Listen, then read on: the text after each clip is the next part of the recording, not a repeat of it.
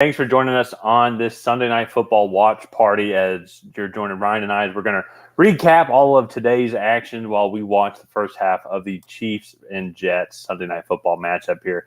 There's already been way more Taylor Swift references than I would personally like, but I'm sure both of our better halves are probably fully loving it and are fully engaged in the pregame festivities. So, yeah. They were talking about it today while we were watching the 1 o'clock games. I think they're eating it up.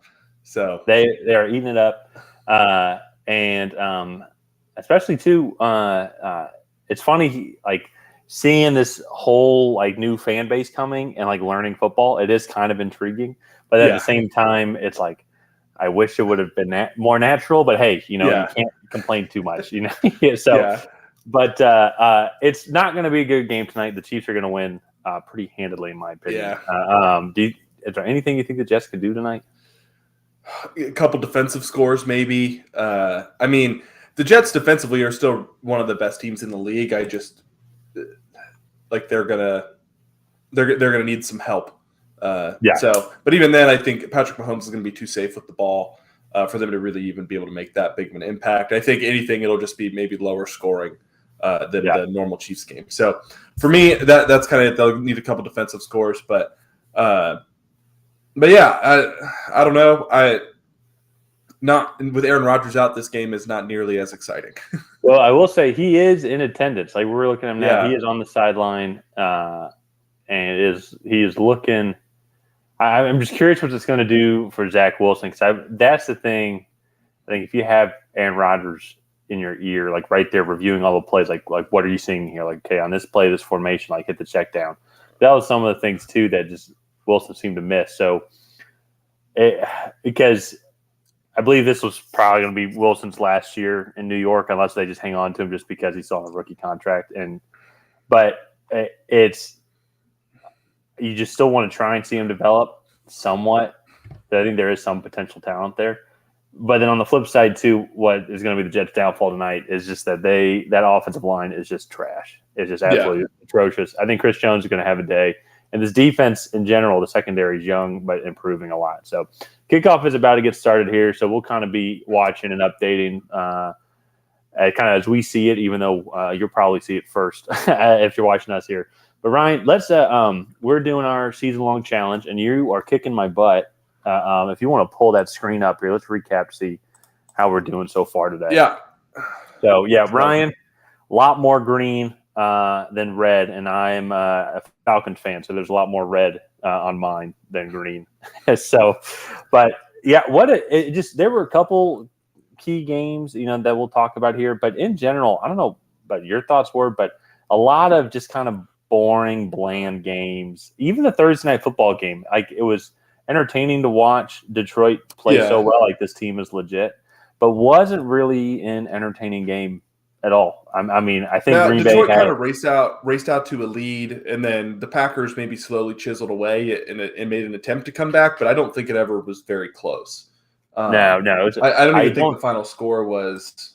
It was 34-20 Detroit, but I think I'm trying to remember. I think the Packers had one first down until their final drive to end the half. Yeah, the first half. Yeah, it was not good. The game started out with 4 consecutive 3-and-outs, I believe, and then the Lions went on a nice drive. They got a field goal on their first possession. Oh, they did? Okay. Yeah, because Goff threw the pick. But in general, though, Detroit. That's right. Detroit just looked amazing. And so one of the injuries to watch, though, I think would be the injury to Brian. There already was a flag on the New York Jets, a 15-yard penalty. Yeah, that was They're coming out ready to play today. Yeah. Jets brand of football right there. I'm just kidding. Yeah. Anyways, though, I'm curious to see Brian Branch's health because he did get a little banged up. Something with the ankle. It was weird because he tried to come back in. It was his foot. His foot got stepped on, and then he came back in, and then I think he re-aggravated it. Yeah, then he re-aggravated it. Yeah, which was weird. So that's just something to monitor as well because they're already down a little bit with C.J. Gardner-Johnson. It's C.J. Gardner-Johnson, right? Is the one that's out? Yes. Yeah, he is. So, but in general, though, I mean, they're dominating the NFC North here. Let's stick with the NFC North because those were, I think, a couple of the interesting games. Because since both the other NFC North teams were winless entering today, let's start with the positive one with the Vikings getting their first win today. Yeah, it's good to see Kirk Cousins get a victory here, but at the same time, definitely some concern. Like these are some of the main concerns I would think. yeah. Just because they struggle to move the ball in general against the Panthers. The Panthers do have a good defense. It's just like they're not a good team. Like if that makes sense. They're just rebuilding. They're just rebuilding. They were down at halftime 13-7. Then it was a strip sack fumble recovered for a touchdown. They gave the Vikings the lead, and then Kirk Cousins was able to manufacture a drive.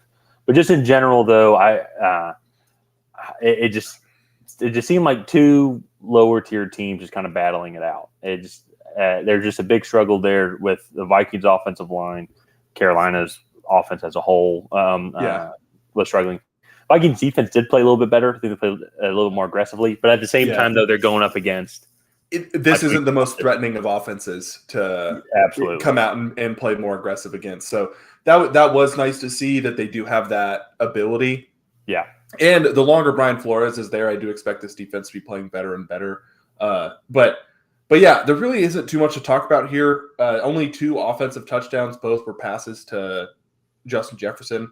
And then the others was a defensive score, as mentioned previously. So Panthers, I mean, this is kind of what we expected. I did expect them to maybe be a little bit better, but I thought they would just be winning a lot of these games like kind of 21-13, but maybe the other way. Bryce Young did look maybe slightly improved, but still not the most prolific passer. One thing, he doesn't have the greatest weapons there. I think DJ Chark, Terrace Marshall, Adam Thielen, Jonathan Mingo, Ian Thomas, those guys just aren't elite in terms of weapons in the NFL. So yeah. Well, but that was one of our concerns coming in. Is we would have thought that even they could have manufactured like 20 points a game or something like that, on average. But I don't think have they gotten more than 17 points. They got 27 with Andy Dalton starting. That was last week. But that was against the Seahawks team. That game kind of turned into Pac-12 aired out. Yeah, that made sense being up in Washington. Yeah. So, but I do want to move on. I want to talk about this Bears game because they were up 28-7 and then blew 24 straight points or gave up 24 straight points and ended up losing unanswered. Unanswered. And for me, this comes down to Matt Eberflus's decision to not kick that field goal on the 4th and 1 with like 2 minutes and 25 seconds left. Yeah. Like, I have no idea. That's a Brendan Staley type of decision right there. It makes no sense to me. You give it to the Broncos, they go down, they kick the field goal. And then they actually did have a chance. They made a play or two, didn't they, to get close to field goal range coming back? They were about midfield, and then Justin Fields threw a pick. Yeah. And honestly, how do the Bears lose this game overall? They have more first downs. The time of possession, they had about 8 minutes more time of possession. They had 160 more total yards throughout the game. Yeah. Justin Fields played a great game. He was 28 for 35 for 335 yards, 4 touchdowns and a pick. There's just no reason that they should have lost this game. They did, I believe, they did have a fumble recovery for a touchdown. Denver did. They did. Yeah, so, I mean, defense did only give up 21 points to the Denver offense. But in general, though, a lot of things don't come down to, like, one play or a single decision throughout the entire game. But that's a fireable offense, in my opinion. I mean, already with everything going on in this organization as well, like Denver's is one of the worst teams. This is almost one, like I could maybe see okay, Carolina lost. Okay, let's see if we can try and blow this game and then try and guarantee like the number 1 and number 2 picks. I know this is very early in the season, but it's like Bears, like the whole organization, even from a coaching standpoint, I can't wrap my head around the fact that they lost this game. Oh yeah, there's no. Why do you not take the points there and try and stop that Denver offense? Oh yeah, no, definitely. So in this, I literally just got this ESPN notification 20 minutes ago. It says more drama in Chicago. Bears spokesperson says Chase Claypool was told to stay at home, which is contradictory to what Matt Eberflus told reporters on Sunday on why Chase Claypool was not at the stadium. And so it's just piling it on, in my opinion. How can that team be so dysfunctional? I mean, it starts from top down at this point too, and this is one I know Justin Fields has been getting a lot of hate, and maybe he's the guy, maybe he's not the guy, but he was not the reason why they lost today. Like he threw the one pick and he had it going through it, but he led that team to such a tremendous lead, and you can just see the passion and how hurt he was after they lost there. Because I mean that's got to sting. That was one of the honestly, you look at their schedule. That's one of the few opportunities that they're going to have to win this game. And he also knows too. He also can probably see the writing on the wall as well. I was like, okay, these coaches are going to go. They're going to fire somebody. They're going to bring somebody in. If they're picking number 1 overall, they're going to draft Caleb Williams. They're going to draft Caleb Williams, and then they'll ship me off. So it's like, and then there's just so much uncertainty in his career. And that team is just so bad. Yeah, both of those teams are off. I actually think too, like on the offensive side of the ball, there's actually some talent there. Like DJ Moore is a good receiver. Darnell Mooney's good. Cole Kmet is a solid tight end, right?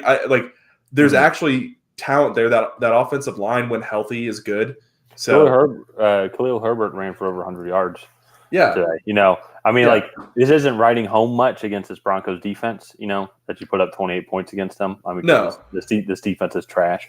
But you're right. Like there is some opportunity and potential. You can see some growth with some young players, and you make that trade for DJ Moore for a reason.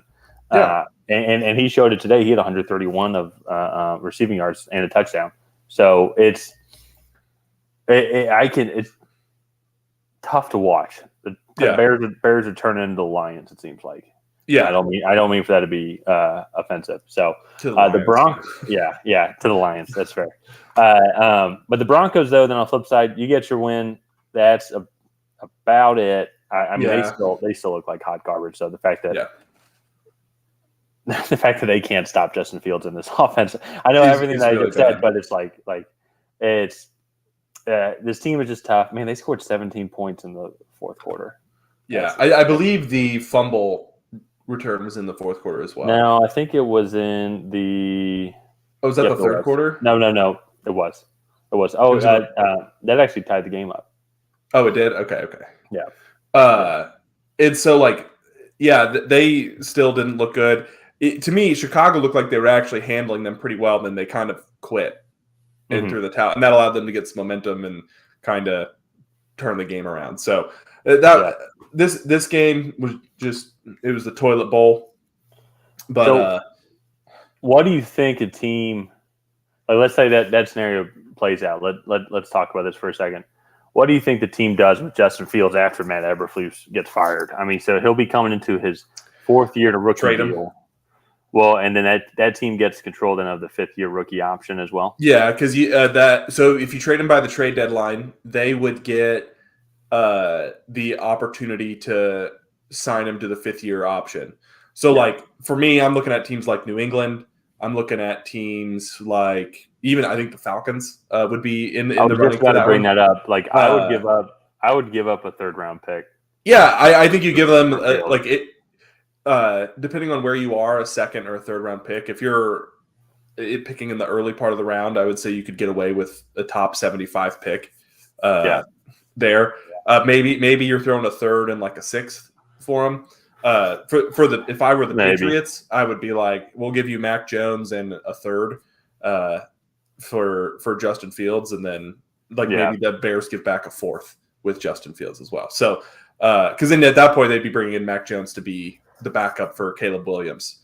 Yeah. Because I'm just thinking about it now. There's only so many teams that would need a quarterback, like the Jets, who's playing right now, would need a The quarterback. one team that I think would be a sneaky interest would be the Seahawks.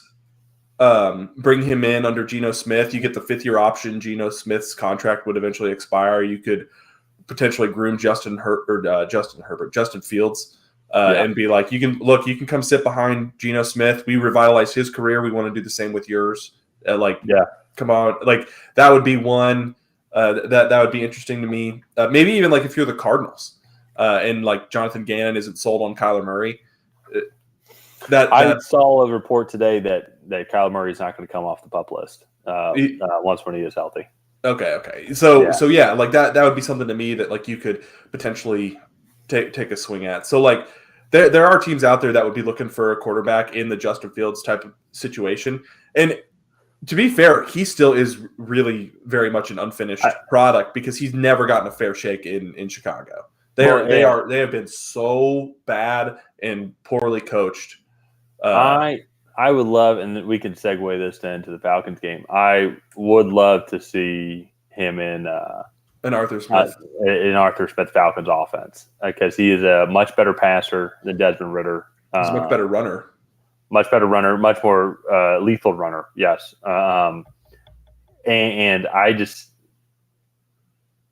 sorry, I was a long developing play there, but because I just watched that game today, which I watched it on the ESPN Toy Story, the game in Andy's room. That was pretty cool. I did enjoy that. I'll talk about that in a second. But just this offense, it's just so inconsistent with the passing. It seems very vanilla. And one thing, like they don't have any hurry up, but they play this very similar formation almost 80% of the time, it feels like. And it just got very predictable. I thought. And then you get desperate. But then even when you have to try and throw it, it's like, well, you're only sending 3 guys out there because the offensive line hasn't been playing well. So I think they need to utilize a hurry up more. I think they need to spread it out more, get Bijan in space. And Bijan was the only guy who I thought that played well. And what sucks too about all that is our defense is pretty damn good. I actually thought your defense played very well. I think they only gave up 17 points. No, they only gave up 16 offensive points. There was a pick 6. 16 offensive. Okay.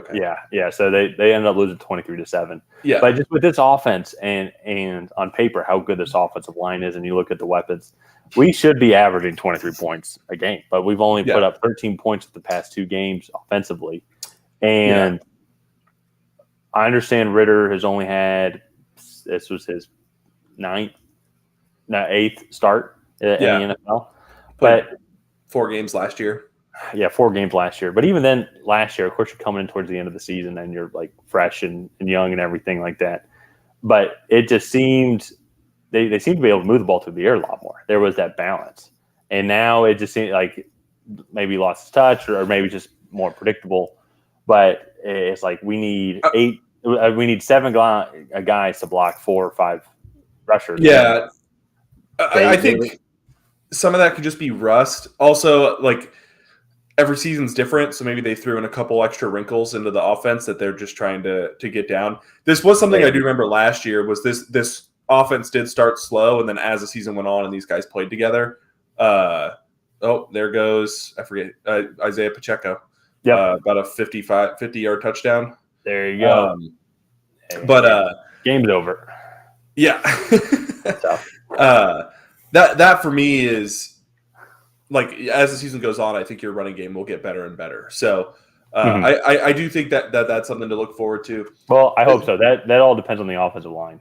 This Jags team, though, I do want to talk about them for a quick second. They still struggle in the red zone. They kicked 3 field goals today. I guess so. 43, a 38, and then a 56. So 2 pretty close to the red zone and 1 not really close. But as soon as they get down in there, we saw against the Chiefs and the Texans, they struggled to really get the ball in the end zone. Well, that's another one too. I think when their offensive line picks up, and gets healthier, and Cam Robinson comes back, that's going to open some things up because I think right now, and even today, the Falcons, their defense is actually, I would say, is above average now. All the free agent additions, they're tough to score on. We're not going to have one of the better defenses in the league. Going to give up some yards. We definitely have the bend, don't break mentality where we'll let you get near the red zone, but then we'll stop you there, which is kind of stressful. But in general, though, as Falcons, they do have a good defense. But I think it's something similar as what you said about the Falcons of just getting that rust off, still trying to find that rhythm. But in general, though, it was a good win today, I think, for Jacksonville. Just took care of business. No mistakes, really, no errors. I mean, they gave up a couple of sacks, but they were able to move the ball pretty much at ease for a majority of the game. Yeah. And so and I say that, and I know I just complimented the Falcons, but the fact there just wasn't much the Falcons could do. It was like they were playing man, and a lot of times Trevor Lawrence used his legs, and so you've got good coverage, but then Lawrence is able to get open and go get first down, and able to keep them on the field, just kind of produce these nice long drives, and then at the same time Falcons would be able to counter, but at the end of the day, they just played better football, especially offensively. So this team's good. They're staying in London. I think that's going to be a big advantage for them coming into next week's game because they're playing the Bills next week. Yeah. That's going to be an interesting game. Buffalo looked really good. Is that a good segue kind of over to talk about the Miami Bills game? Absolutely. Oh, yeah. So we both predicted Miami to win this game, and they got blown out 41-20, I believe 48-20. And Buffalo's offense, granted, I don't think Miami has the best defense in the league, but this Buffalo offense showed up today. Stephon Diggs, 6 receptions, 120 yards and 3 touchdowns. Josh Allen, 21-25 for 320 yards and 4 touchdowns. So they showed up to play. Yeah. Oh yeah. No, it being at home and divisional matchup, I definitely thought that this was closer, but maybe there was kind of that regress to the mean aspect of it for Miami and their offense. Made a couple mistakes, but just in general, though, they were just outclassed today. The Bills team looked good. That was one of the concerns. One of the things I think for us that we had talked about for the Bills to address was their offensive line and their running game to be more balanced. And they were like this is the kind of numbers I'm looking for. Josh Allen threw for 25 times, 25 pass plays, and ran the ball for 29 times. So having that balanced offense throughout, and they ran for over 104 yards. Josh Allen only had 17 of those, so 84 to running backs. Much more improved to what it was, I think, over the past couple of years, as it was pretty much one-dimensional. They couldn't run anything with Devin Singletary. But James Cook got a touchdown. Josh Allen also ran for a touchdown, but that was on a pass play, yes. So, but they just looked more balanced. Defense looked great, provided good pressure, were able to get after Tua.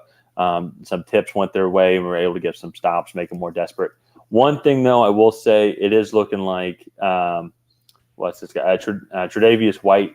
He might be out for the season. He got carted off the field, and it is an Achilles injury. But they're waiting till tomorrow for MRIs to confirm it. But by all signs, by all information provided, it is not looking good. So that is definitely something to monitor as well throughout the season. Yeah, that's a big loss. He's their best secondary member. So another thing too that I thought was interesting. So for yards, Miami had 393 total yards. The Bills had 414, which is that's a 21-yard difference. The big difference: Miami had 2 turnovers, and time of possession was less than a minute in difference. And Miami had 20 first downs, and Buffalo had 24 first downs. So, not a huge difference there. But that for me is going to be, when these teams meet again in Miami, going to be something interesting to kind of watch. If Miami can limit those turnovers, how does this game shake out? Because I do believe that Buffalo scored touchdowns off of both of those turnovers. I think actually fumble. It was a field goal off the fumble. And then interception, touchdown. Mm-hmm. So 10 of those points came off, and I think Miami could have potentially scored points on those drives. So that's one of the things too with the turnovers.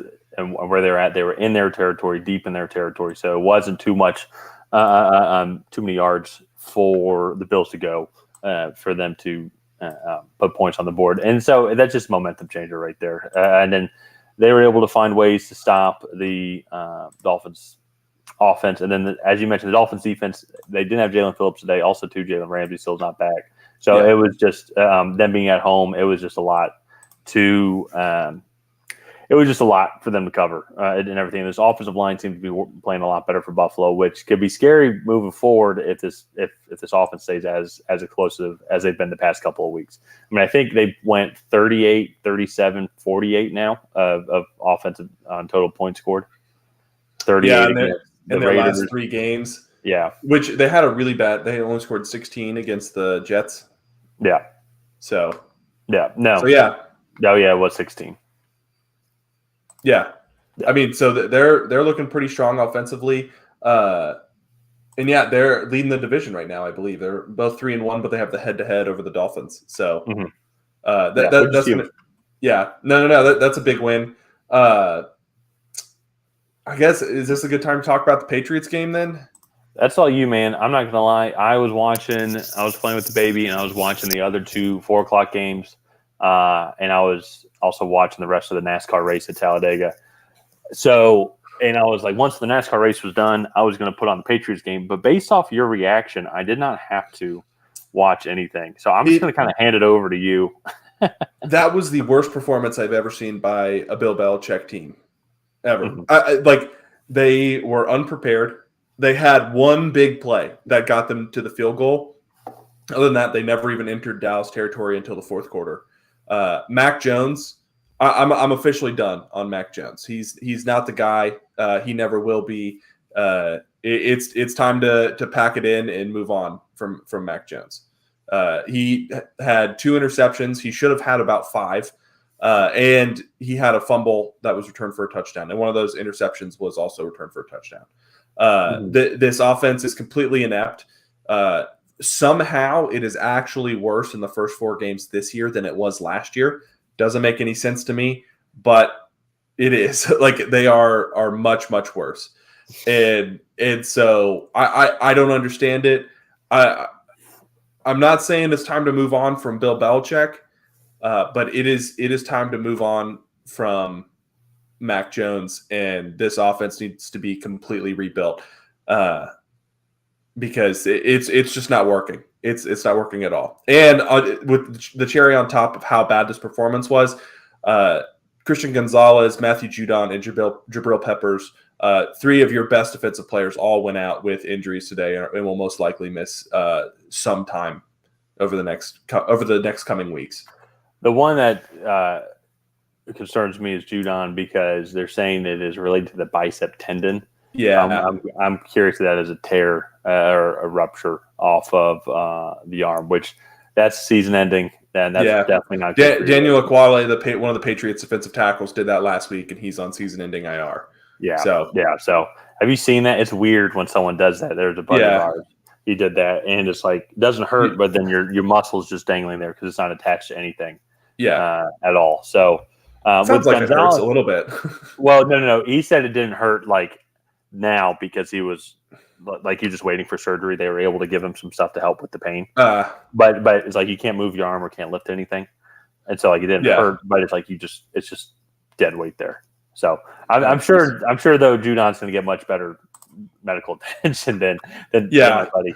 But Gonzalez, though, his shoulder. What was the thing? Is it something that concerns? I don't know. It looked like a stinger at first, like you just hit somebody awkward in your shoulder, and it just kind of like it stings and goes numb for a minute. Yeah, it looked like that, but then he was questionable to return. It could be a collarbone injury. They haven't given out like any reports or anything yet. Okay, so that's a big one. And then Jabril Peppers, he was having some low back pain. He did end up coming back in the game actually for like the final few snaps. But it was pointless. It was 35-0 or 35-3 at that point. So, so yeah, but Cowboys, I still call me a hypocrite, but 38-3, I still think the Cowboys actually even look that good. They their defense, Mac Jones handed them 14 points, and then actually 15 points because they went for 2, and then on the third Mac Jones turnover, they got a field goal out of it, so that's 18 points total. And so like for me, I don't understand. Like, so they have 18 points, so they got 20 total points against New England without 3 of their best defensive players. Christian Gonzalez went out well before that, and then the Patriots secondary was also missing Jack Jones, John Jones, and Marcus Jones, the all 3 of the Joneses this week, who are all higher on the depth chart than Miles Bryant and Sean Wade, the guys who ended up playing the game tonight. Yeah, and so they still were only able to put up that. They threw in the towel pretty early on, I think, on like Dak Prescott. I didn't play very much in the fourth quarter. Tony Pollard didn't play very much later on. CeeDee Lamb didn't play at all in the fourth quarter. So they gave up pretty quickly, but like they still didn't look great in my opinion against a very injured New England team.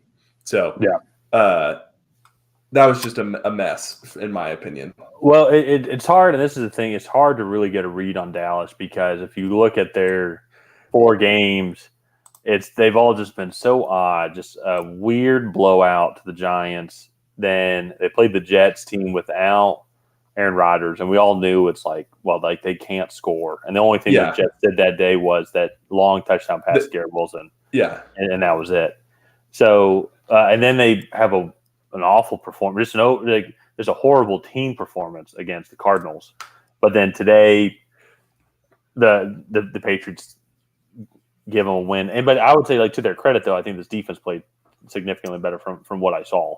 And so, I would say like the numbers are just like New England is more inept than the New York Jets right now on offense, and like that is saying a lot. Like this offensive line can get no movement in the running game.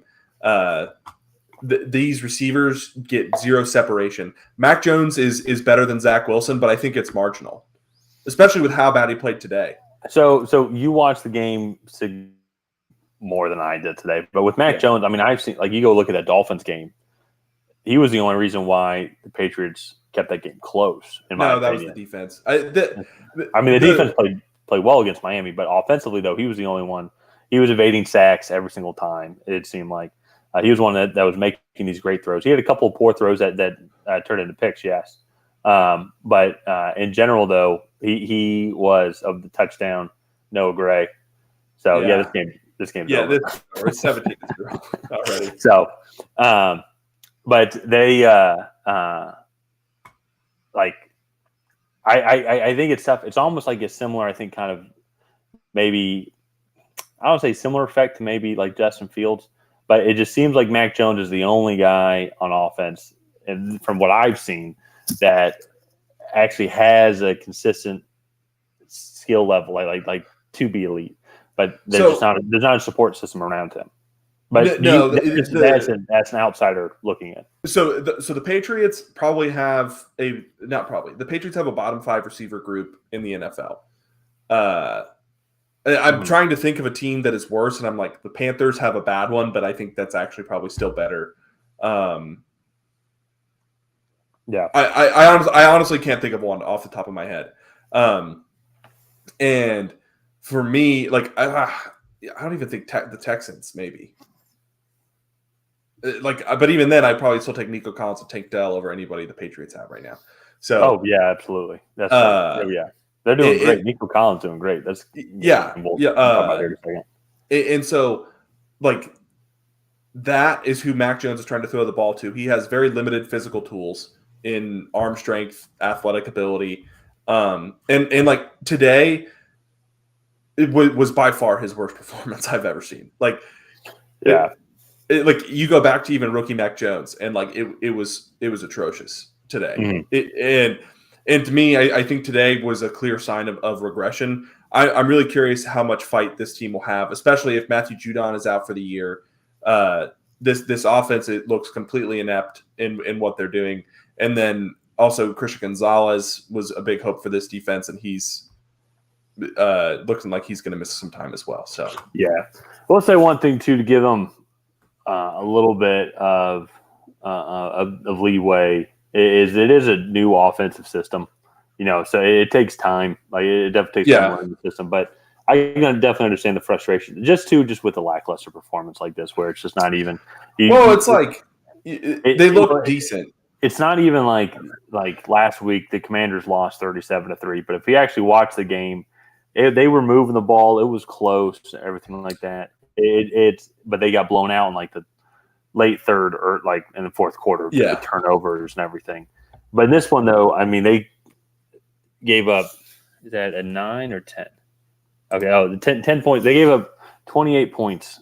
No, 28 points in the first half.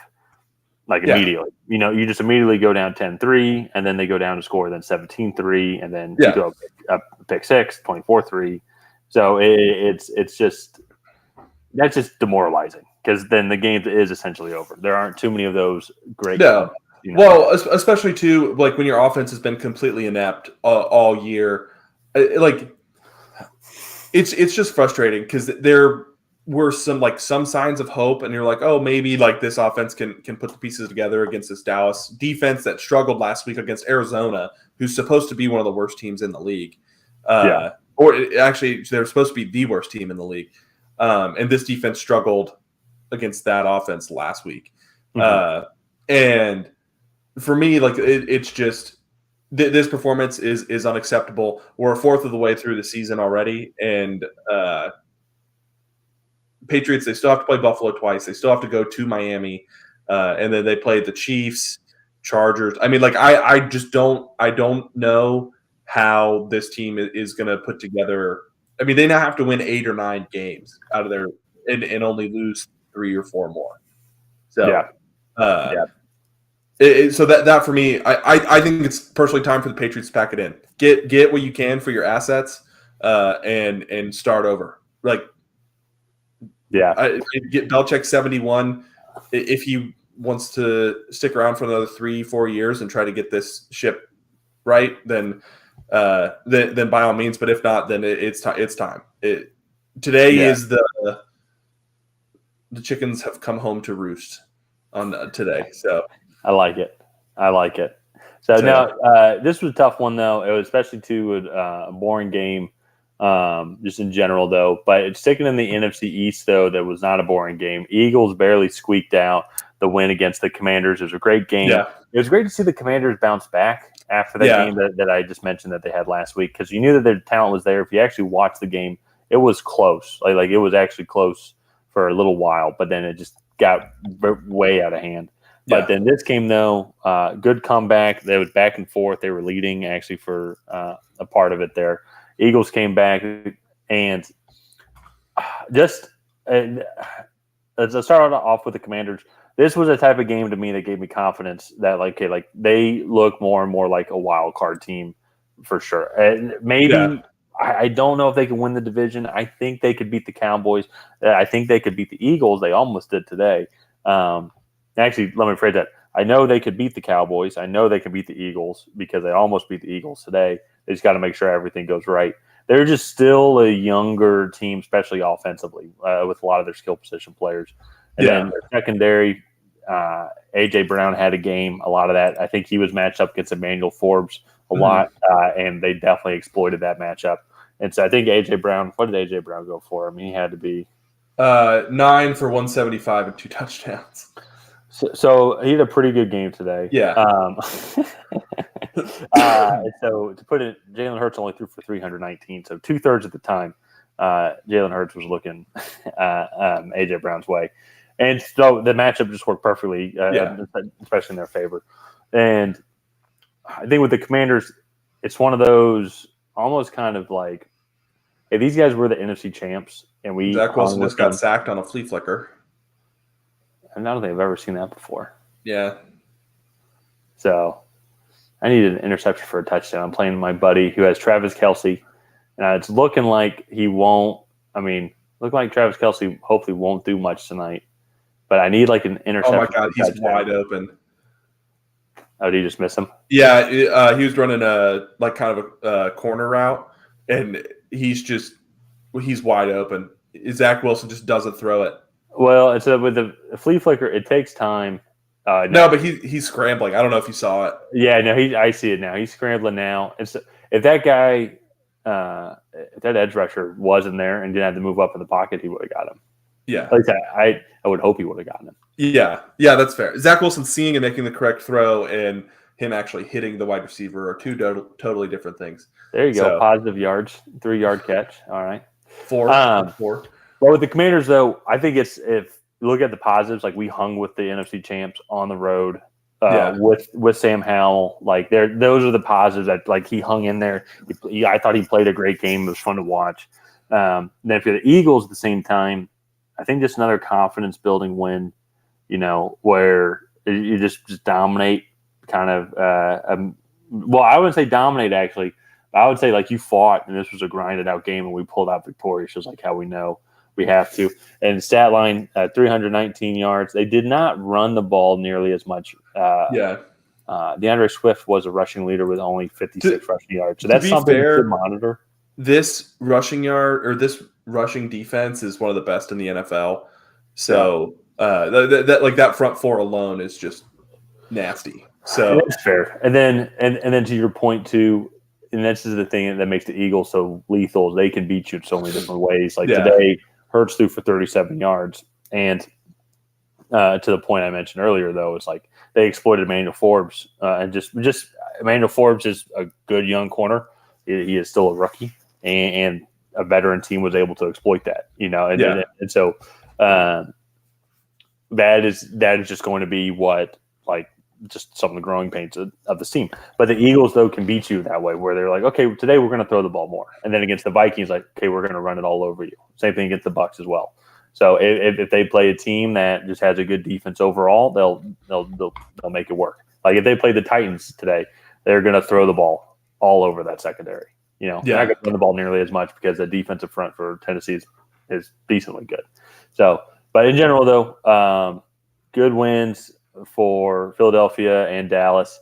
New York Giants, the other NFC East team, they play tomorrow night, Monday Night Football. Should be an interesting game. I don't think Saquon and Andrew Thomas are going to play by all reports. So, but we'll have to see him and monitor that. They're going up against the Seahawks. What is a good segue transition here? What about next? Let's talk about Indianapolis really fast. Indianapolis versus the Rams. That was a really good game. That game went to overtime. Puka Nacua is offensive rookie of the year leading candidate right now, maybe. I'm trying to think of who else it could be. Maybe let's see how the Texans do. Maybe C.J. Stroud. Yeah, that's true. That's true. We'll have to see about that. See how the Falcons do. Bijan. Bijan's already at. I think he's over 400 rushing yards already. So he's averaging. Oh no, he's at 300 over 300 rushing yards. But Puka though is definitely up there just because he came out of nowhere. Yeah, all the targets that he's getting, 165 receiving yards today with the game-winning touchdown. How many catches did he have today? I mean, had to be something 9. stupid. Oh, just 9. Yeah. Well, okay, I'm sorry, but when his first 2 games in the NFL are like 18 and 15, his lackluster Week 3 performance of 6 or 7 catches and Week 4 of how many 10 targets? That's efficient. Efficient. That's very efficient. So Matt Stafford 320 yards in a touchdown. Like the Rams have bounced back in a big way. I didn't expect them. I didn't expect to have this much confidence in them this early on in the year. I thought there would be much more of a rebuilding process, but it looks like they've done a pretty good job of coming in, getting everybody on the same page, and like running a solid offense, keeping Matthew Stafford upright, which last year was just their biggest problem. Honestly, keeping everybody healthy and upright. So, well, even then too, in this game alone, just the offensive line, they had 164 rushing yards against a team that I would need to double check coming into this week. I'm curious where they would rank. I don't think Pro Football has updated it yet. But coming into this week, though, Indianapolis I believe they had a decent. They had an average rushing defense. Going into this week, they had given up 343 rushing yards. So then with this performance, it'd be about 520, I believe. Close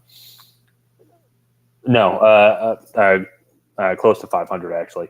Okay. Total rushing yards on the season, including this game. But that was kind of a surprise performance. Kyron Williams had over 100 rushing yards. They were just able to move the ball. But it was interesting though too how much the offense just stalled out. I think Stafford did get a little banged up on the play, fought through it. I looked like a leg injury. I might have missed it, but I saw he was limping. So I think he just got rolled up on like a little bit. Okay. Not like I don't think he had an ankle sprain. Yeah. But that's one of the neat things about the multi-view is like you're able to watch all the games and you're able to speak to all the games, but then little things like that, it's like, well, I don't have time to go back and look up. There's all these things going on right now, but it's fun to watch and speak to all the games.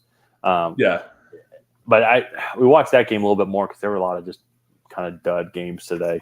But in general, though, the Rams, 2-2, especially in this NFC, those were two teams. We talked about the Commanders potentially making the wild card, but the Rams were one that are going to come out of nowhere. And if you go look, there's a lot of teams that are 2-2 in the NFC. Let me pull up the standings now, but it's going to be much more of a dogfight, I think, for all the teams. If you look at it, the Cowboys, I think, should be a lock. I still have them as a playoff team. If I'm assuming that the Eagles are going to win the division here. Yeah. I think the 49ers are going to win the division. No reason why. They Seahawks. Cowboys, Seahawks. That only leaves one spot, really.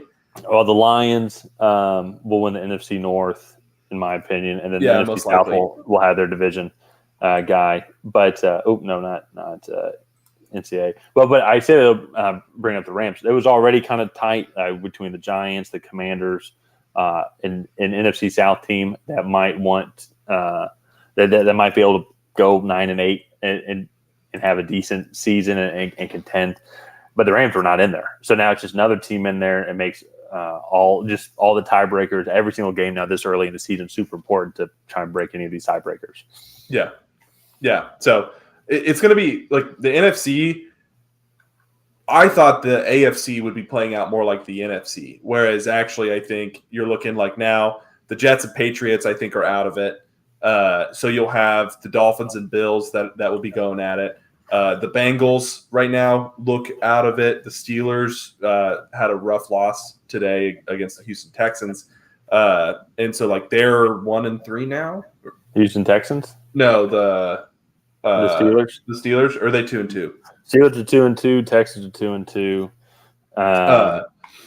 There's just not as many teams in the AFC that I thought would really be competing. Mm-hmm. So, but in the NFC, on the flip side of that, like I still think the Saints, when Derek Carr's healthy, are dangerous. The Packers, once when they're like fully healthy and been playing together, I think they'll be pretty good. They had a rough game against the Lions there on Thursday Night Football, but that was the first time with Aaron Jones and Christian Watson in the lineup. But then but as we saw in that game though too, Bakhtiari, Elton Jenkins, and then somebody else, another offensive lineman was out, and that offensive line could not protect keep Jordan Love at all. So, but no, the Rams look good. Commanders look good. I think the Seahawks are up there. Yeah. So Buccaneers, that's going to be a game also. The team also too. Yeah. They just kind of dominated that game. Kept Derek Carr, who surprisingly played with kind of the sprained shoulder. I was surprised that they allowed him to play just with how early it was in the season. I know it was a divisional game, but still, it's like kind of rest up that shoulder. But offensively, Tampa Bay kept them in check. I was very surprised by that, especially Alvin Kamara's first game back. Thought it would have been a much closer game, and at the same time, I would have thought New Orleans would have kept that offense in check. But one thing to monitor, though, for the Buccaneers, Mike Evans did pull his hamstring. So I have to monitor here the severity of that injury. Yeah. How long he's out, because he's their number one receiver by far. So that offense will be losing a little bit. They still have Chris Godwin as well. But by all accounts, Baker Mayfield is playing well. And just kind of shocked that the Saints defense allowed that kind of – like that this would be the team that the Saints would – give up that many points. I agree. However, with this being a divisional opponent, so these sometimes are just very weird. Like in that, so they just have so much film on them to begin with. Yeah, so much experience. They want to play. Yeah. So, I think Carr's shoulder definitely played a factor into it. Yeah. So I understand why why the offense wasn't as productive, but the defense was the one that was shocking. I mean, I think what was the final score there? It was 20 26-9. 26-9. Yeah. I was trying to find that see interesting. Mike Evans' stat line before you went out, but yeah. So to me, I think the Bucks actually they're 3-1. They're 2-0 on the road. Their one loss is to the Eagles, and even then they got beat by the Eagles. I actually still thought that they put up a decent fight against them. Not like there was at no point I was like, oh, maybe the Bucks have a chance to win this, but they didn't look completely outclassed. So they'll have a good test over these next couple of weeks because they host the Lions next week, then they host the Falcons, and then at the Bills. So as of now, the Bucks. I mean, I hate saying this, but the Bucks look like they're just playing better football right now than the Falcons. Probably a lower scoring game. I think the Falcons defense could keep them in check. As Zach Wilson airs a deep. Oh, good catch. He actually caught it. That I was about to say. I was like, Zach Wilson finally completed a ball 20 yards down the field. Alan Lazard. Yeah. There you go. That's a nice. They keep showing Aaron Rodgers. Is he dating somebody on the Jets team? Oh my. Okay, that should have been a touchdown. That is a horrible throw. Like he's like 4 or 5 yards past the guy. Has to come back. To be fair, I think he was about to get destroyed. So yeah, I'm not saying I could make that throw. I'm just saying if you're getting paid millions of dollars. I want to see Zach Wilson do well. I mean, imagine this. I do and I don't. Imagine being the backup quarterback that we all forgot he was on the team just because of everything. Like, so you're the nerdy kid in high school who like is just needed to or wanted to play football, and like there's a backup quarterback and then a star quarterback. I mean, shoot, it's the exact storyline. It's the exact storyline to Friday Night Lights, the TV show. Like first episode, like the star quarterback breaks his neck, paralyzed, and then like the nerdy kid that no one knows his name has to come in, and it's like there's all this pressure on him now. And also, all of the games he's played has been in prime time or like America's game of the week. No, the Patriots game last week was a 1 o'clock game. Oh, okay. A majority of the games that he played. So you just need to get some confidence here and get the ball moving. I mean, you get a touchdown here, you get a 2-point conversion. You're just down a touchdown, and maybe give this defense a reason to step it up, keep trying. Step it up. So, yeah, I mean, maybe we'll see. Even though I don't know why I have this weird feeling he's about to throw a pick six here. That's what I was just about to say. I was like, we'll see how this drive ends because it's 3rd and 3. We're complimenting him here, and then it's like, okay, all right, let's we'll timeout Kansas City. So while this is going on here, and we're watching one AFC West team play. Let's talk about another AFC West matchup here. Actually, the only other one because we talked about the Broncos already, thankfully. But great game between the Chargers and the Raiders, back and forth. Horrible coaching again as well, and on both sides. And we knew that would happen. Brandon Staley, so bad. Congrats on winning. They're 2-2. They're 2-2. And their 2 losses were by a point differential of like 5 points. Yeah. So, and they lost that Miami offense, which is completely understandable. It's like that was a back and forth week 1 game going on the road to Tennessee, and Tennessee handily beat Cincinnati this week. Oh my God! He dropped it. I thought Zach Wilson just threw a touchdown. Oh. I mean, it's still kind of a bad throw. Well, but it was running away from him. Yeah. You should go for it. Why not? Yeah, no, I think you take the points. You go 17-5. It's always fun to see 5 on an NFL scoreboard. Yeah. But the Chargers came out looking good, but then the Raiders. Oh, actually, you should have caught that. That's a tough catch, but it hits him in the hands.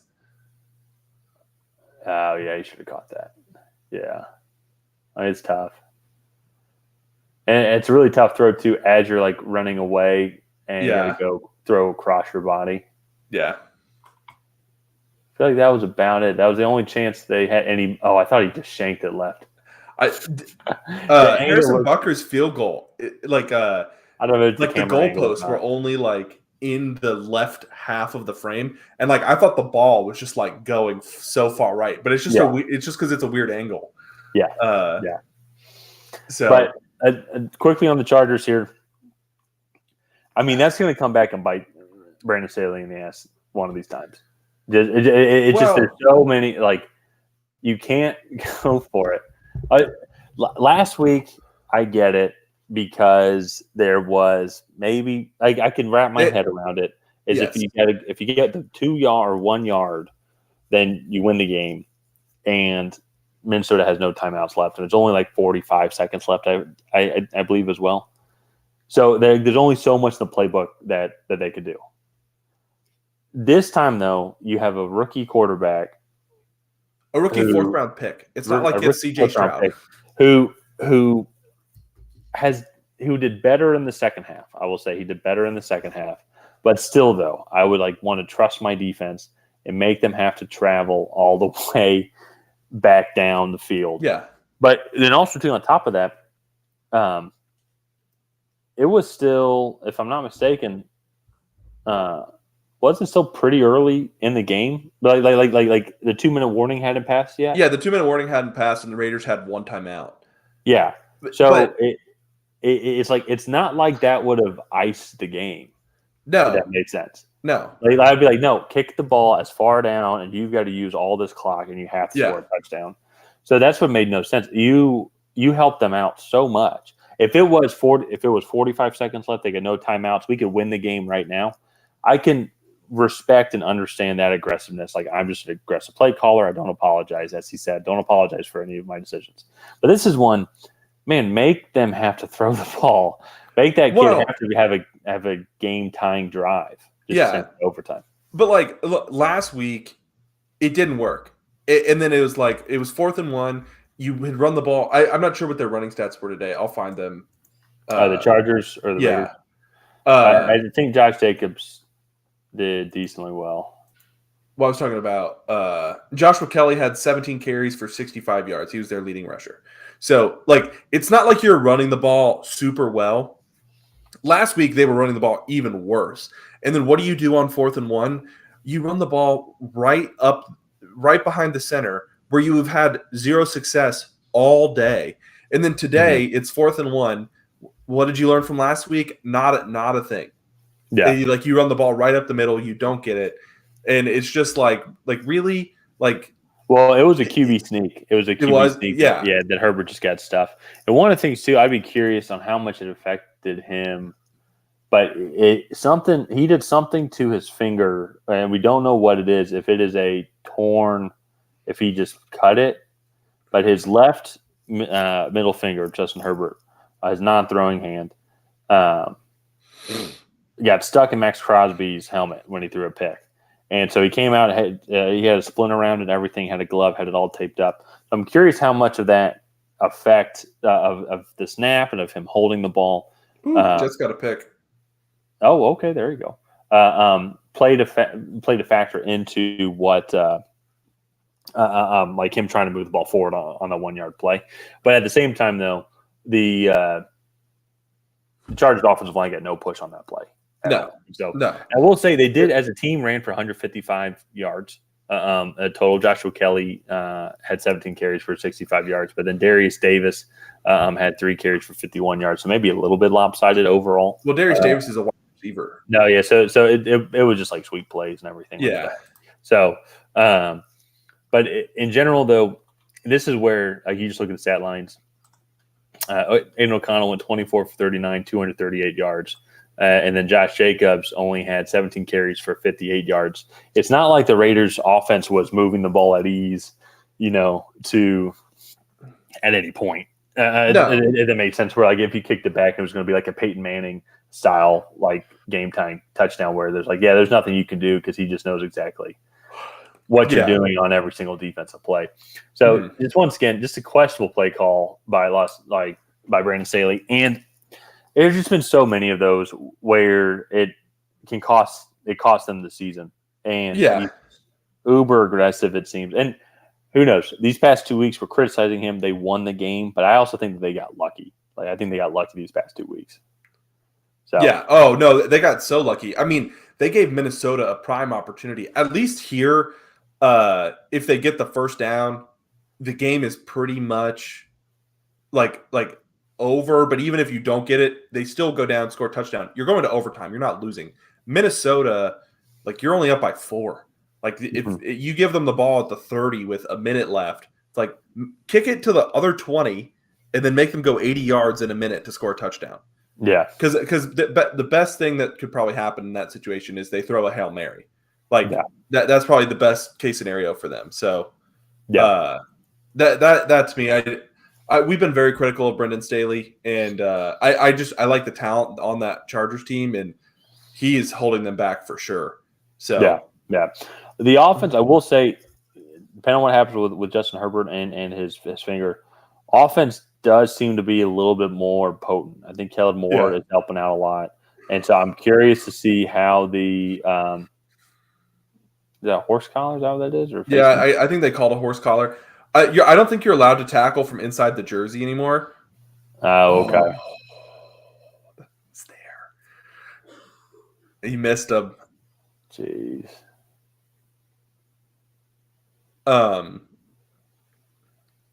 Jeez. Everybody is like, it's almost like this moment, you know. Yeah. Ooh, you know, he was there. You know, in the Matrix, when Neo is in the Matrix, and then he starts fighting Mr. Anderson, and he starts doing all these crazy things, and everybody's like, "Oh my God, what is he doing?" And Lawrence Fishburne goes, "He's beginning to believe." It's almost kind of like you see Zach Wilson on these past couple of drives, and you see this offense, and you're like, "Okay, this defense of the Chiefs is pretty good," and it's like, is Zach Wilson beginning to believe a little bit here? I mean, because he's had opportunities, like just make the right throws. Yeah, you can do it. I wonder if having Rodgers in his ears it is helping him out. I hope, man. I hope it is. Yeah, just because this would be such a fun story. This would be such a fun story. Yeah, no, it would be good. I mean, as a Patriots fan, I want the Jets to suck, but it would be a good story. The Patriots suck, so it doesn't make a huge difference. The Patriots suck. Yeah, so it'll help out your draft pick though. If the Jets he got the first down there. That was a good play by Randall Cobb, and a good throw actually. So. Anyways, what are the other games that we're missing? The last thing we got to wrap up here is the AFC North, and what a weird day for the AFC North. It starts out with Deshaun Watson not playing against the Ravens, and the Ravens then just go and handily just beat the tar out of the Browns. Beat the. I won't. Even though I've already sworn, I won't say that one, but beat the poop out of the Browns. And Lamar Jackson looked good, but it's just kind of a weird game. Just kind of like a lot of the other ones. Very similar, I think, to the Cincinnati Tennessee game. Just kind of got out of hand early. Oh, good run. Good run. That was a good play. It just got out of hand early, and then there were the Denver game was pretty good. The Rams game was good. That was going on. The Eagles Commanders game was good. That was going on. Vikings game was good. So you just kind of stopped watching it. But and then on top of that, then too, and another game I was watching, and it wasn't just because it was a good game, but I was watching the Texans just beat the crap out of Pittsburgh Steelers. Yeah, like man, like what was going on with these AFC North teams today? And then Kenny Pickett got hurt too. Kenny Pickett got hurt as well, and so that's definitely something to monitor. What was the final prognosis on that? It was his knee. He sustained a knee injury in third quarter and was quickly ruled out. That's not good. Yeah. Fryermuth had a hamstring, Dan Moore knee, and defensive lineman DeMarvin Leal had a concussion. All did not come back. So actually, those are some big ones. DeMarvin Leal played a good bit of snaps for them. He's one of their bigger edge defensive tackle kind of hybrid guys. Yeah. So like, what are your concerns? I mean, with while I'm looking this up to find out what's going on with Kenny Pickett here, what is kind of your overall thoughts on the AFC North? Because it's such a weird dynamic. Like, I never would have thought. Like, Zach Wilson just threw a touchdown. Hey, there you go. Is that Jack Conklin or is that? I think is that Conklin. No, CJ Ozuma. There you go. Okay. Anyways, my concerns about the Steelers? Yeah. I mean, but the Steelers and Bengals, really. Because my concern for the Browns is so weird to have concerns for the Browns. Because their starting quarterback was out. Yeah, it was just weird. And the Ravens, I think they took care of business. And so then it's kind of hard to judge that as well. They need to monitor Myles Garrett as well. That was another injury because we saw him limp off the field. Yeah, I don't think he really returned. Well, they were also getting beat 20-3 at that point. He was wearing a walking boot. He said the Browns are going on a bye week. He said that he'll be fine for the bye week for the next match. So maybe it was just precautionary. Yeah, but those two teams, it's kind of hard to really get a good judge. I feel like we didn't learn anything new about either team. But the Bengals and the Steelers, it definitely is an interesting time for them because are you starting to get concerned about the Bengals? Yes. So last year there were not really problems except that like Joe Burrow just needed more time. Joe Burrow actually still statistically was decent last year through the first 4 games. It was just they had to get the ball out so quick because this offensive line wasn't quite gelling. And today, I don't think Tennessee is a good team, and they just got out physicaled by Tennessee, and I don't know what's going on with the Bengals. Joe Burrow's calf, I think, just got him off on the wrong foot. Not being facetious there. I just think they started off the season with the Joe Burrow calf injury, and that offense has not quite been the same since. I will say Joe Burrow is having to stay in the pocket a little bit more than usual because of the calf injury. And I think this offensive line is struggling a little bit. And not that I don't think receivers aren't getting separation. I just think that maybe teams have caught on to some of Zach Taylor's schemes and they're just, they're catching on. So maybe they need a little bit more of a major offensive adjustment, and we'll see kind of what goes from there. But for me, I think first things first is they need to get Joe Burrow healthy, even if that means him sitting out and then potentially losing a few more games. Yeah.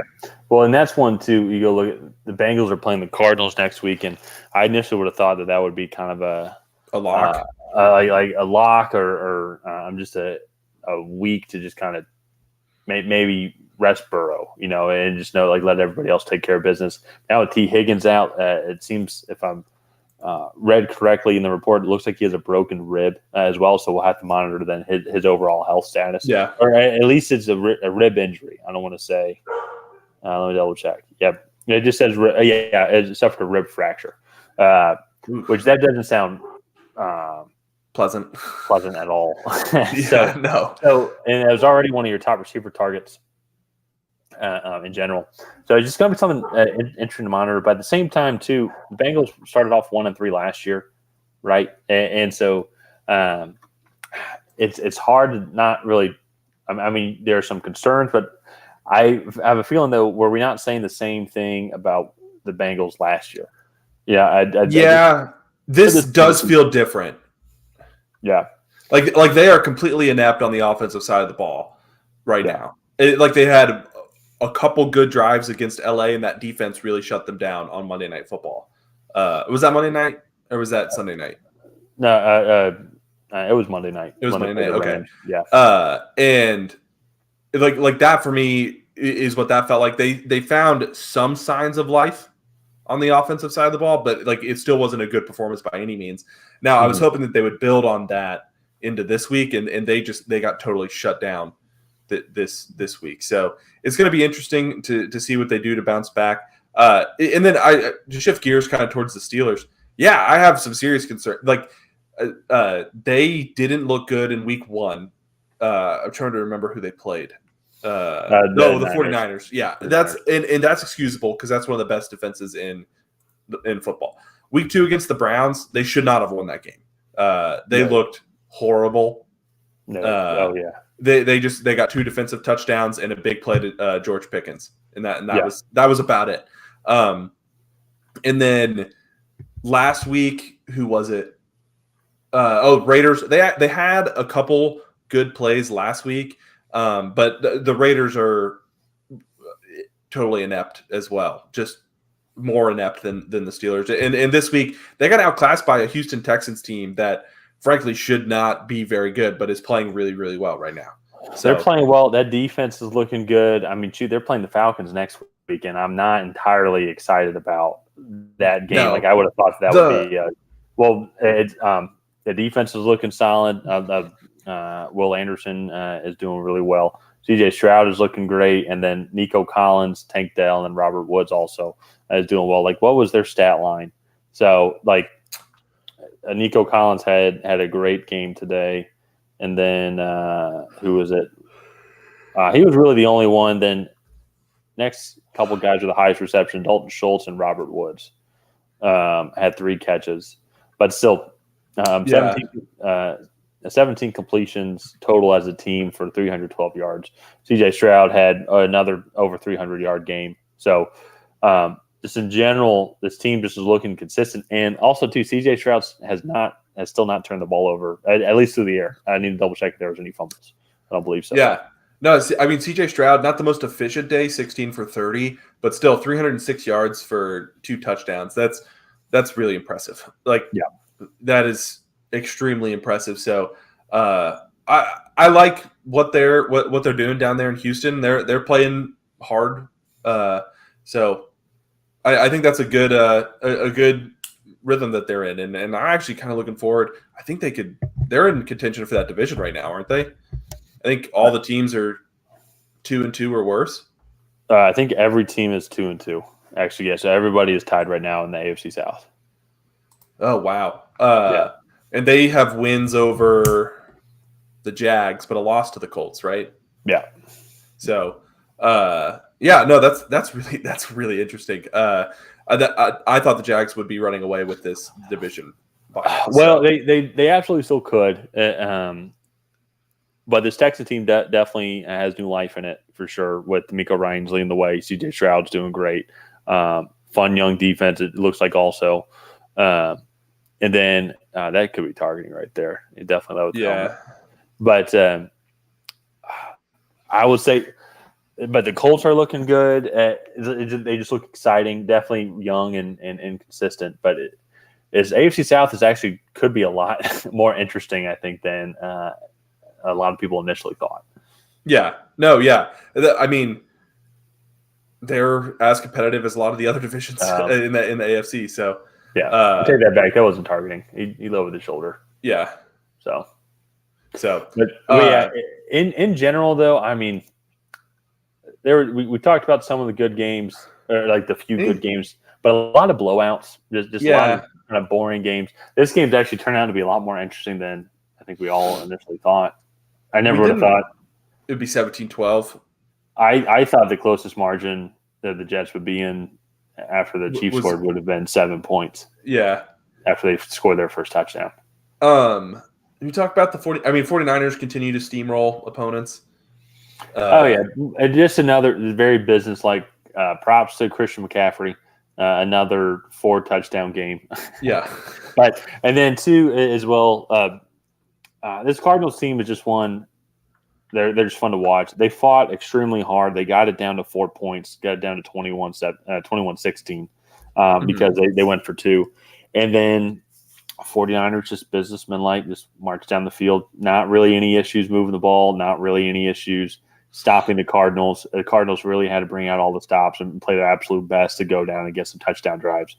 But yeah, this 49ers team, I will say just overall between the two, if it's an NFC championship playing today, I think the 49ers, depending on where it's at, I think the 49ers are the ones that I would probably pick in that game if it was played right now. They just look more consistent overall. Yeah. This defense looks really good too. Yeah. So they're playing at Philly in the first weekend of December, December 3rd. So I think that's week 18, 17, 16, 15, 14, 13, week 13. What if they're both like 11-0 at that point? I mean, that would be sick. That Yeah. that really would be amazing. Because then it definitely would put a good kind of asterisk, so to say, on last year's championship game. Yeah. Just because that was such a disappointing way to end that game. Yeah. Well, I guess to begin, I mean, it's not even they had like one offensive possession with him fully healthy. So, yeah. But man, like this week a little bit lackluster. I thought this week was really hard to do picks for, and it ended up like a lot of these games weren't even really that close. Well, and once again, too, though, it's like it shows how crazy the NFL season can be. Is I'm still fighting like to have my first winning week. Like, I mean, I think the Chiefs should win tonight. That'll guarantee me at least another 500 week. But then tomorrow night's game, I changed my pick to Seattle. But that's still no guarantee because it's still a home game, a primetime home game in New York. So really anything can happen. But you can't really foresee things like, I'd say the Texans coming out or the Bengals offense still just not working well at all against this weak Tennessee secondary. And what's going to be frustrating is it's not going to be good. I think something's going to click with the Bengals offense, and then they're going to be a Super Bowl contending team again.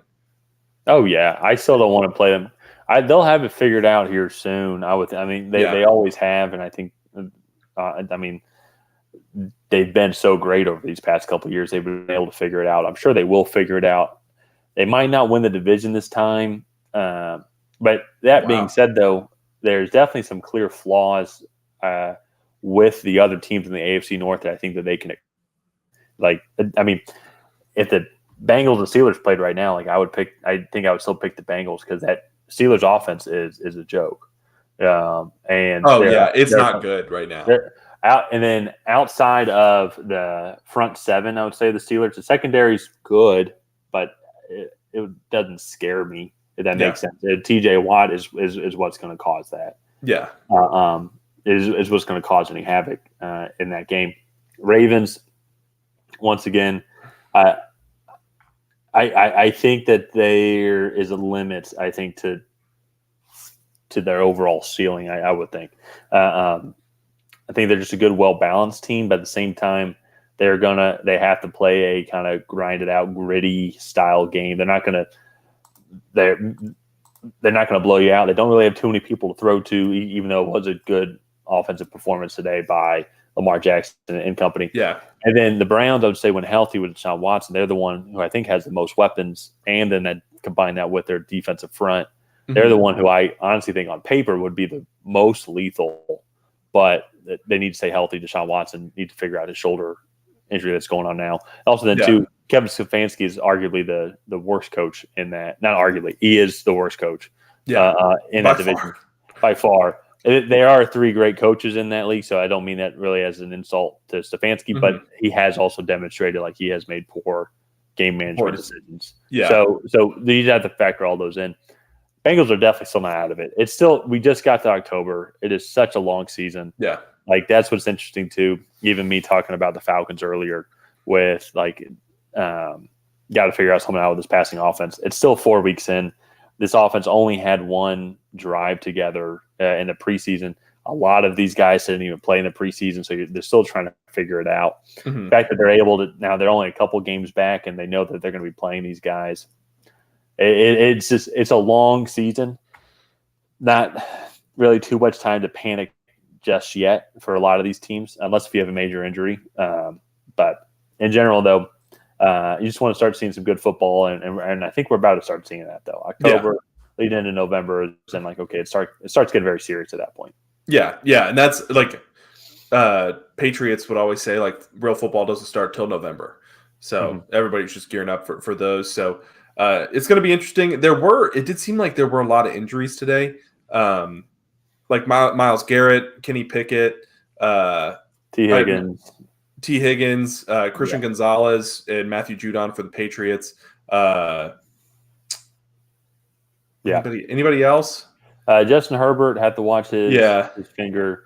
at Stafford. It looks like it was a hip injury, Okay. but he said like he is no doubt playing next week. Yeah. Tron Armstead with the Miami Dolphins, their left tackle. It was his first game back. All the ones that you talked about with the Patriots. Oh, Taylor Swift is on the. Yeah, she is. Yeah, I think was that Ryan Reynolds that was next to her. That was interesting. No, it just looked like Ryan Reynolds. All right, come on, Zach Wilson. Lead a 2-minute drive here, and he almost got intercepted. Okay, he did get hit pretty good though. Yeah, but in general, though, yeah, it's a lot of injuries. But that's the thing though too. It's like just this war of attrition. That's what frustrates you about the Falcons is we haven't had really any major injuries. And it looks like we're not playing well, which isn't good for the long term. well, the Patriots aren't playing well, and it looks like they have major injuries. So, it'll be interesting. We're a fourth of the way through the season, just about, and so while this is a good feeler, there's still a lot of football to be played. So, I think you just want to go ahead and wrap up here. Yeah. Let's just wrap this up here while Zach Wilson's about to lead the touchdown drive. Okay. But good week. Looking forward to week 5. Starting to get into bye weeks, and so it's going to be fun. Even for us too. We're putting out a lot of content. It's a grind. Yeah. No injuries yet on our end, which is good. Our injury report has been kept clean throughout the season. Just a little carpal tunnel. Just a little carpal tunnel. And I'm probably my neck's probably getting sore from being all hunched over, typing on the laptop. Yeah. Well, we don't want to talk about that on camera. So that's true. All right. Well, I think that's going to wrap up this Sunday night live edition of the Tracy Take. If you guys have not already, please go ahead and like and subscribe. Leave a comment down below on who. Oh, whoa. That got on the rhythm there. Leave a comment down below on who you think is going to win Sunday Night Football here in the second half. It's 20-12 right now. Zach Wilson is going to lead a touchdown drive here. So let us know who you think is going to win Sunday Night Football, and then that we'll see.